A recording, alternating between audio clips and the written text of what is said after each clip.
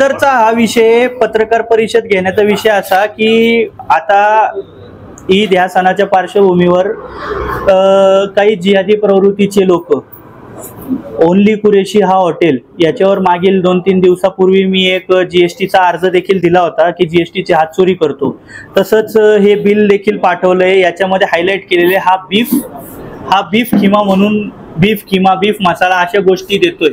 Beef हा original आपण आता गुगलला देखील सर्च केलं किंवा डिक्शनरीमध्ये देखील पाहिलं तर बीफचा अर्थ हे गोमांस होतं आणि गौमांसावर बंदी आहे. खुल्यामपणे हा बिलमध्ये बी मेन्शन करतोय हा बीफ विकतोय आणि खुल्यामपणे हा जीएसटीची बी चोरी करतोय. तरी सदर ह्याच्यावर आतापर्यंत पोलिसांनी वेळोवेळी कारवाई केली. असे गौरक्षक आहे यांनी देखील कारवाई केलेली आहे. काल संयुक्त कारवाई झाली कुरेशी यांच्यावर.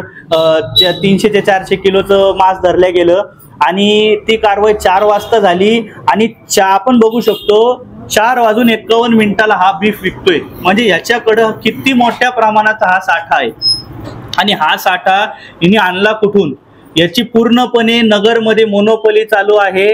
भासम असे 2 इसम आहे जे हे बीफची विक्री करतात. तसेच हॉटेलच्या नावाखाली जीएसटीची देखील चोरी केलेली आहे. यांना देखील ऑनलाईन पैसे मारले काल. आणि अजून जीएसटी मध्ये अजून एक पुरावा माझ्याकडे असा आलेला आहे की यांची असा ह्या ट्रान्झॅक्शन मध्ये दिसून आलं की यांची लिमिट संपली.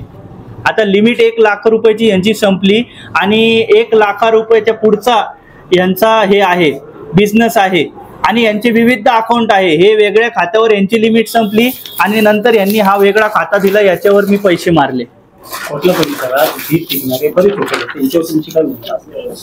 नाही, इथून पुढे जेवढे बी बीफ विकणारे लोक असतील त्या सगळ्या लोकांवर कठोर कारवाई झालीच पाहिजे. अन्न प्रशासनाने ही कारवाई केलीच पाहिजे.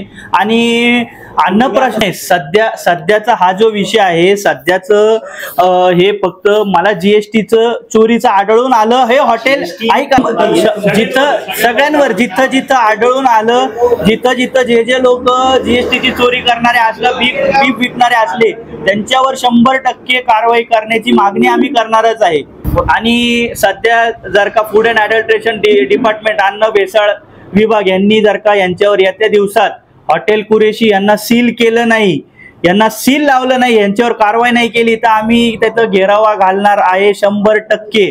आणि कलेक्टरला देखील आम्ही सोमवारी जाऊन या सगळ्या गोष्टीच्या माहिती देणार आहे. कलेक्टर साहेबांना देखील आम्ही अल्टिमेटम देणार आहे. सकल हिंदू समाज आणि त्यामधील गौरक्षक, महाराष्ट्रभर मधील गौरक्षक येतील. बीफ विकणारे हॉटेल कुरेशी आणि हे अन्न भेसळ विभाग यांनी याच्यावर कारवाई न केल्यास आम्ही यांना घेराव घालणार आहे. आणि अन्न भेसळ विभाग हे झोपलेले आहेत का? यांना कुरेशी हे पैशाचं वारं देऊ राहिलेत का? शांतपणे झोपलेले आहेत का अन्न भेसळवाले? हे कारवाई का करत नाही? आमचे गौरक्षक दिवस रात्र पळापळ करतात. पोलीस विभाग दिवस रात्र परिश्रम घेऊन हे गाया धरतेत. अन्न भेसळवाले हे मीठ मिरची लावून तंदुरी करून तिकडं विकतेत. अन्न भेसळवाले हे करतेत काय? त्यांना खरोखर झोप लागलेली आहे का? प्रतिनिधी यतीन कांबळे, अहिल्यानगर. आता कडक उन्हाळ्यात राम एजन्सी घेऊन येत आहे खास थंडगार गारवा. सर्व ब्रँडेड कंपनीचे फॅन, एसी, कूलर्स, फ्रीज आणि बरेच काही. तर या उन्हाळ्यात एकदा अवश्य भेट द्या नामांकित कंपनीचे इलेक्ट्रॉनिक वस्तूंचे नगर जिल्ह्यातील एकमेव विश्वसनीय दालन राम एजन्सी. शाखा सावेडी, नवी पेठ आणि मार्केट यार्ड.